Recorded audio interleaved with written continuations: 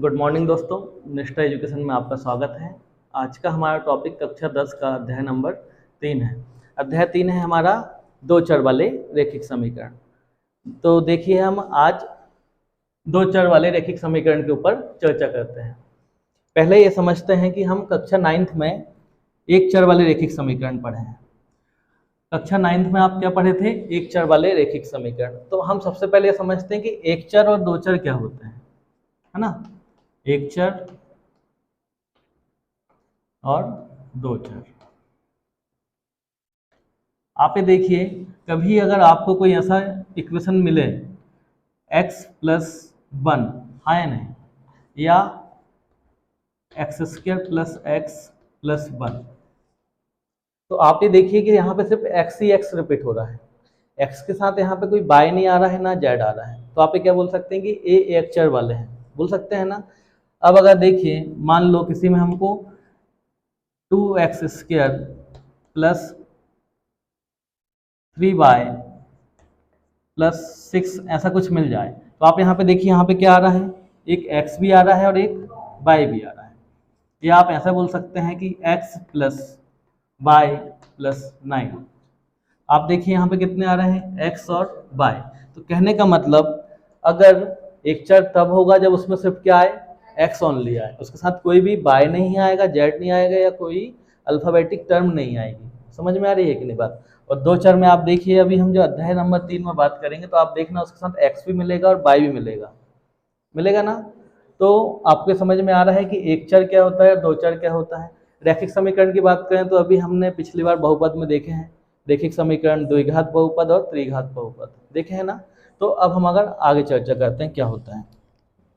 और ये समझिएगा कि आपके इस अध्याय में सिर्फ 2-3 ही क्वेश्चन बहुत ज़्यादा इंपॉर्टेंट है। सबसे पहले एक तो आपकी विलोपन विधि, एक आपकी प्रतिस्थापन विधि है, और कुछ ग्राफ वाले क्वेश्चंस हैं, है ना। तो शायद आपके इसमें 3.1 में देखिएगा आप अवताप वगैरह वाले क्वेश्चंस हैं और क्रिकेट वाले हैं। तो उसके बाद में हम बाद में चर्चा करेंगे। उसके पहले हम कुछ कॉन्सेप्ट समझते हैं कि इसमें अद्वितीय हल क्या होता है, अनेक हल क्या होता है, और केवल एक हल क्या होता है। ठीक है ना, ये हम समझेंगे पहले।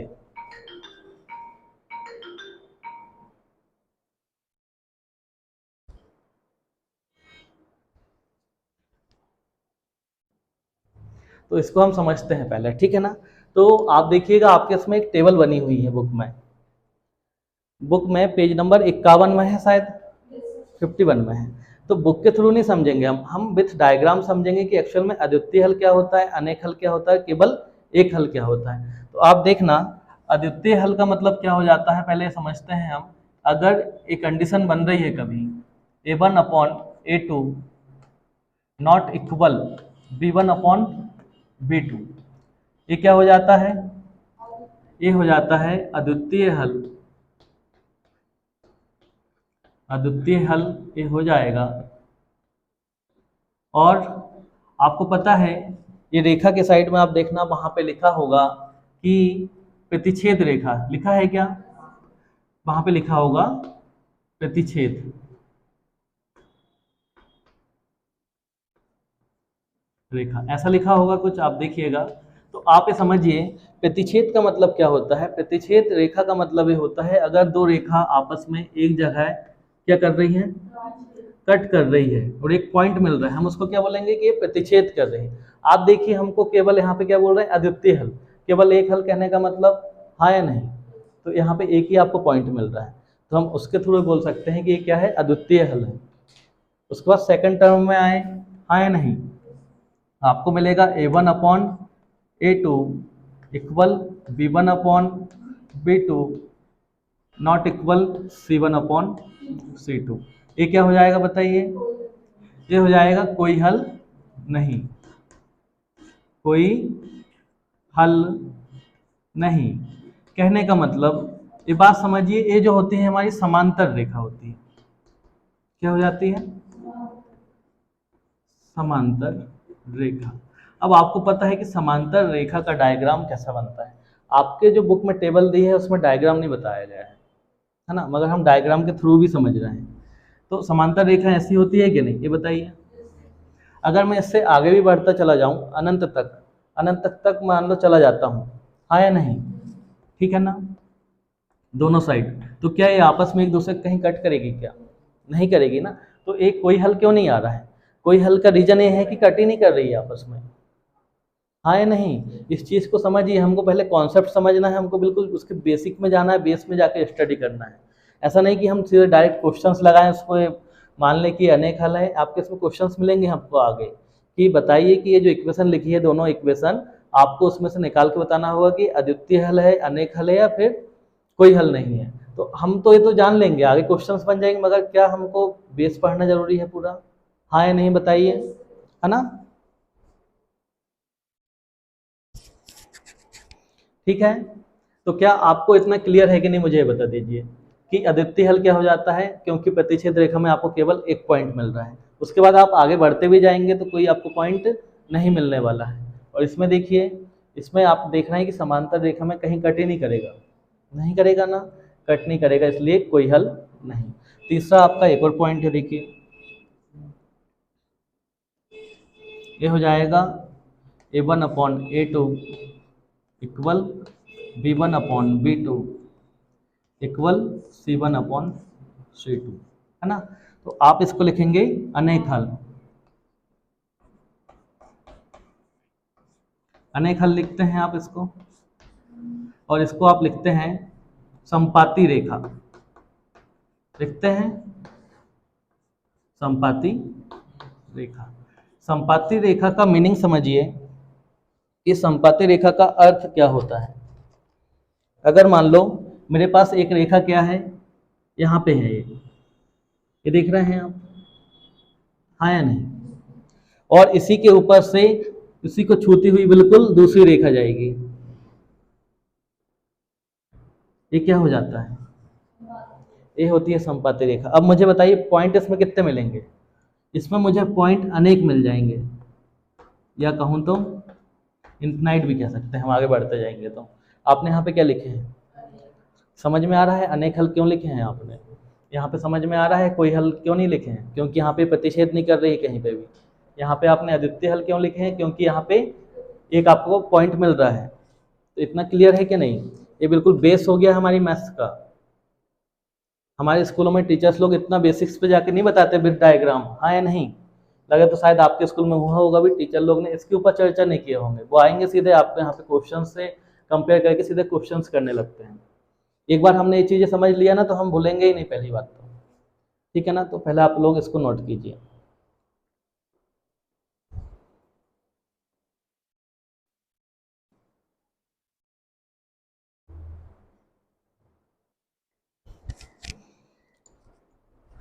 तो देखिए हमारा अगला प्रश्न क्या है, यहाँ पे 5x - 4y + 8 = 0 है, और नीचे दूसरा समीकरण क्या दिया है, 7x + 6y - 9 = 0। अब हमको यहाँ पे ये बताना है कि ये जो समीकरण है इसमें रेखा जो है, रेखा प्रतिच्छेद कर रही है, प्रतिच्छेद कर रही है, या फिर समांतर है, या फिर संपाती है ना। अभी हमने क्या बोलते तीनों देखे हैं कि नहीं, प्रतिच्छेद करती है तो क्या हो जाता है, प्रतिच्छेद जब करती है तो a1/a2 बराबर नहीं है b1/b2, आप उसको दूसरी भाषा में अद्वितीय हल भी बोल सकते हैं। समांतर जब रहती है तो आपको पता है a1/a2 बराबर b1/b2 बराबर नहीं है c1/c2, ऐसे ही। और आपको पता है संपाती कब होता है, संपाती जब होगा जब तीनों बराबर रहेगा, a1/a2 बराबर b1/b2 बराबर c1/c2, ठीक है ना। ये तो हम अभी देखे हैं। तो आइए पहले हम इसको कंपेरिजन करके लिखते हैं, किससे, समीकरण नंबर 1 दे दीजिए इसको, और समीकरण नंबर 2। हम क्या करेंगे, मान लेते हैं कि जो हमारे स्टैंडर्ड समीकरण होते हैं, कौन से वाले, इसको बोल सकते हैं आप a1x + b1y + c1 = 0। इससे हम इसको कंपेरिजन कर लेंगे, a b और c के मान निकाल लें। तो देखिए a का मान क्या है यहाँ पे, A1 बराबर 5 और B1 बराबर -4, C1 बराबर 8। ऐसे ही हम क्या करेंगे, अगला समीकरण जो है समीकरण 2 को स्टैंडर्ड समीकरण से कंपेरिजन कर लेंगे। कहने का मतलब A2x plus B2 bye plus C2 equal 0। क्योंकि आप यहाँ पे देखिए ना A1 B1 और C2 आ रहे हैं कि नहीं, सब आ रहे हैं ना, तो हमको इनकी आवश्यकता पड़ेगी। A2 क्या हो जाएगा यहाँ पे देखिए 7 है, B2 क्या हो जाएगा 6 और C2 -9। अब हमको ये देखना है कि यहाँ पे तीनों में से किसको फॉलो कर रहा है। तो सबसे पहले हम क्या लगा के देखें, बताइए जरा। तो सबसे पहले हम तो प्रतिच्छेदी रेखा देखेंगे, ठीक है ना। तो क्या यहाँ पे A1 अपॉन A2 बराबर नहीं है किसके, B1 अपॉन B2 के। अगर मान लो ये यहीं पे वो हो गया तो हम आगे नहीं बढ़ेंगे फिर, ठीक है ना। देखिए जरा A1 अपॉन A2 का मान क्या है, 5 अपॉन 7 बराबर नहीं है क्या, देखिए जरा -4 अपॉन 6। कहने का मतलब है सही है। तो हम यहीं पे रुक जाएंगे कि नहीं, बताइए। और यहाँ पे आप क्या बता देंगे कि यह है अद्वितीय हल है, बोल देंगे। कहने का मतलब रेखा क्या कर रही है, प्रतिच्छेद कर रही है। आप यहाँ पे लिखेंगे फिर आंसर में रेखा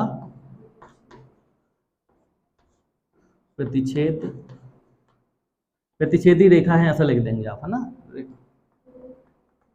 यही हमारा आंसर है, रेखा प्रतिच्छेदी रेखा है। इसके बाद आपको आगे बढ़ने की आवश्यकता नहीं है, क्योंकि यहीं पे अगर ये बराबर में नहीं मिला तो हमको आगे मिलेगा ही नहीं दोनों समीकरण में, है ना। समांतर में भी नहीं मिलेगा और समपाती में भी नहीं मिलेगा। तो आपको इतना अंडरस्टैंड है कि नहीं, बताइए, समझ में आया है अच्छे से। ठीक है, इसको नोट कीजिए।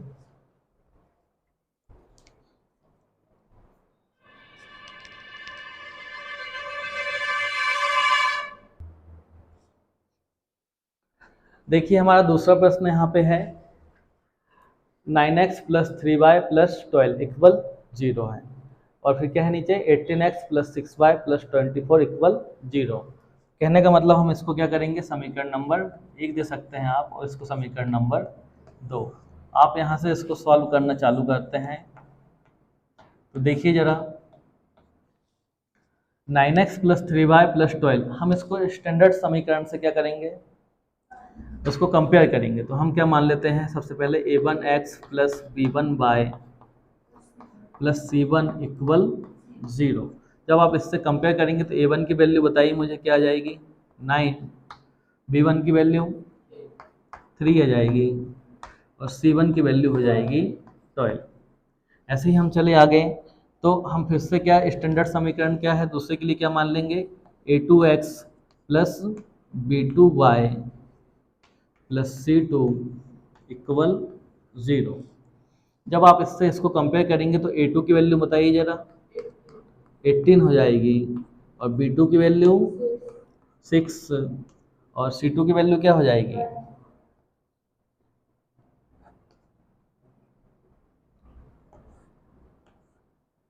यहाँ पे थोड़ा सा अलग अलग कर देते हैं, ठीक है ना। C2 की वैल्यू कितनी हो जाएगी 24। अब हम देखते हैं इनको कि ये किस में आ जाएगा। कहने का मतलब प्रतिच्छेदी रेखा, समांतर रेखा या समपाती रेखा में। तो सबसे पहले आप देखिए, अगर हम देखें तो 9/18 है। इसको आप काटेंगे तो क्या हो जाएगा 3 तिया 9, 3 चिंग 18, 3/6, 3/6 तो आ रहा है।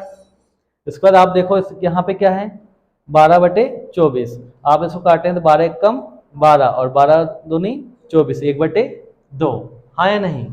जब आप इसको काटेंगे 3 एक कम 3, 3 दूनी 6, 9 एक कम 2, 9 दूनी 18। तो कहने का मतलब क्या आएगा, सब बराबर आ रहे हैं, समपाती रेखा। तो हम डायरेक्ट उसी को ले लें क्या, हम ले लेंगे यहाँ पे समपाती रेखा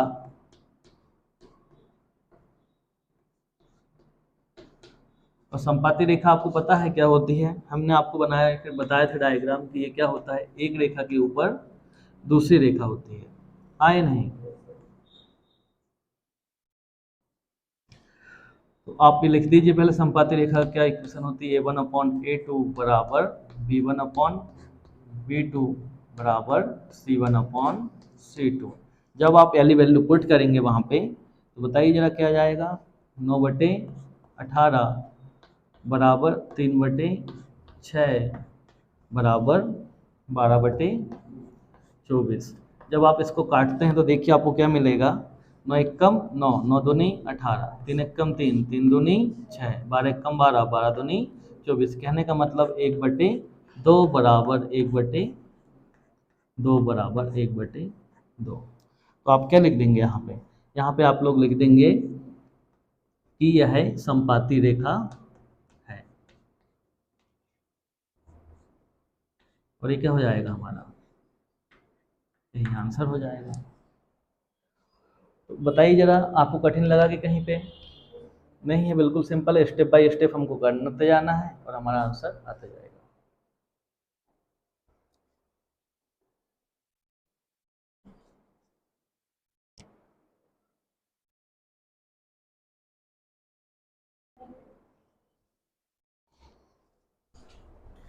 देखिए अब अगला प्रश्न हमारा यहाँ पे है 6x - 3y + 10 = 0 है। समीकरण नंबर 1 दे दिया आपने, 2x - y + 9 = 0 है ना। यहीं से आप हल लिख लें इसको। और अब क्या करेंगे, फिर से हम कंपेयर करें क्या समीकरण नंबर 1 को, तो क्या जाएगा, a1 की वैल्यू बोलिए जरा 6 आ जाएगी, b1 की वैल्यू -3 आएगी, c1 की वैल्यू 10 आ जाएगी। अब देखिए जरा यहाँ पे हम इससे समीकरण 2 को तुलना कर लेंगे इससे, तो a2 की वैल्यू कितनी आ जाएगी, तो b2 की -1 और c2 की ये हो जाएगा, है ना। और उसके बाद देखिए अब आगे हम चलें तो हमको देखना है कि क्या ये बराबर है क्या। पहले अद्वितीय हल देखेंगे, कहने का मतलब प्रतिच्छेद रेखा। तो 6/2 और ये क्या हो जा रहा है, ऋण 3/1, कहने का मतलब 2 एकम 2, 2 तिया 6, 3/1 तो आएगा और ऋण से ऋण कैंसिल हो जाएगा, ये तो बराबर आ रहा है। तो ये तो हमारा ये फेल हो गया प्रतिच्छेद रेखा वाला, मतलब ये तो नहीं है। अगर ये जब बराबर नहीं होता तो हम क्या बोल देते कि प्रतिच्छेद रेखा है। अब हम आगे बढ़ते हैं कहाँ पे, समांतर रेखा में। ये दोनों तो बराबर आ रहे हैं। अब इसको देख लेते हैं हम, C1/C2 10/9, तो क्या ये बराबर है क्या, नहीं है। तो हम एक बोल सकते हैं कि क्या हो जाएगा हमारा, समांतर रेखा। तो समांतर रेखा के लिए देखिए जरा, समांतर रेखा, समांतर रेखा के लिए क्या हो जाता है आपको पता है, a1/a2 बराबर b1/b2 बराबर नहीं है c1/c2।